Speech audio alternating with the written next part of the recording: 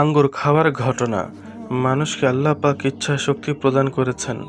আল্লাহতে ফানা হয়ে যাওয়ার নামে মানুষ তার ইচ্ছা শক্তিকে অস্বীকার করে অনেক সময় ভুল করে থাকে।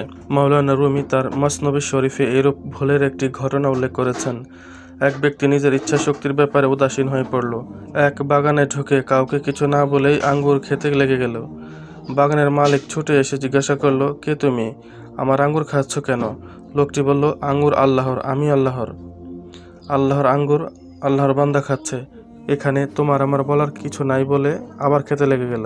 মালিক একটি লাঠি নিয়ে বলল, এই লাঠি আল্লাহর, আমি আল্লাহর, তোমার মাথাটাই আল্লাহর, সুতরাং আল্লাহর লাঠি আল্লাহর বান্দার মাথায় আঘাত করছে, এখানে তোমার আমার বলার কিছু নাই বলেই লোকটির মাথায় আঘাত করতে লেগে গেল। লোকটি আঘাত পেয়ে যন্ত্রণায় চিৎকার করে উঠল, আঙ্গুর খাওয়া ছেড়ে দিয়ে পালিয়ে গেল। বুঝতে পারল সে একটা বড় ভুল করেছিল। মানুষ তার ইচ্ছা শক্তির সঠিক প্রয়োগ না করলে দুনিয়া আখিরাতে ভয়ানক ক্ষতিগ্রস্ত হয়।